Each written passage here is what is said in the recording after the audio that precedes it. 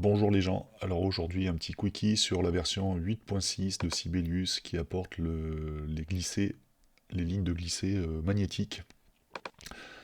Avant cette mise à jour, les lignes de glissé se comportaient comme ça, c'est-à-dire elles n'étaient attachées à rien et on gérait après l'emplacement des extrémités avec les flèches qui vont bien.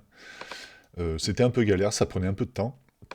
Et donc là, cette nouvelle version apporte le fait d'attacher le glissé à une note. Alors avant d'inscrire une ligne de glissé, il faut sélectionner la première note et puis choisir votre glissé.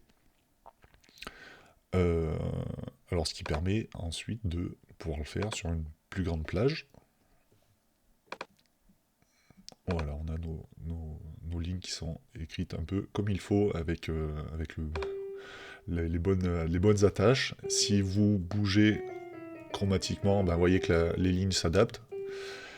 Ensuite, si vous êtes trompé, en fait c'est pas un glissé, et que voilà, vous voulez changer celle-ci, puis vous voulez mettre par exemple des lignes ondulées, ça c'est pas utile de les supprimer, il suffit d'aller dans l'inspecteur. Alors l'inspecteur on peut l'afficher ici, vous voyez que c'est le petit panneau sur le côté, et vous allez dans ligne, et vous choisissez votre style de ligne.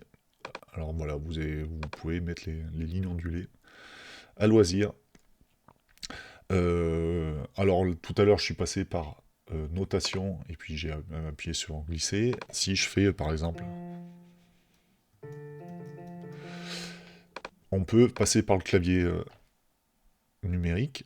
Si je vais dans le deuxième clavier et que je clique là-dessus, donc là on a un slide, et pareil, on peut toujours changer sa ligne de glisser. Une dernière chose, dans l'inspecteur, on va pouvoir modifier la façon dont est lu le glisser. Alors là, c'est marqué selon l'instrument, je vais le mettre ici parce qu'il est l'intervalle plus grand. Selon l'instrument, on peut faire... donc selon l'instrument, là, il va jouer, je pense, selon la tonalité. Si je fais lecture, je vais mettre que sur celle-ci. Ok.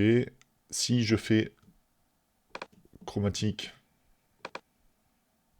et ben ça va me jouer une gamme chromatique. Ok, si je fais maintenant que les touches noires, ça va être bizarre. Ok, si je fais continu, ça va être encore plus bizarre pour un piano. Voilà, donc vous pouvez choisir la façon dont est lue votre ligne de glissé.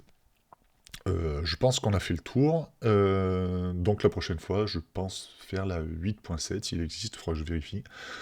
À très bientôt.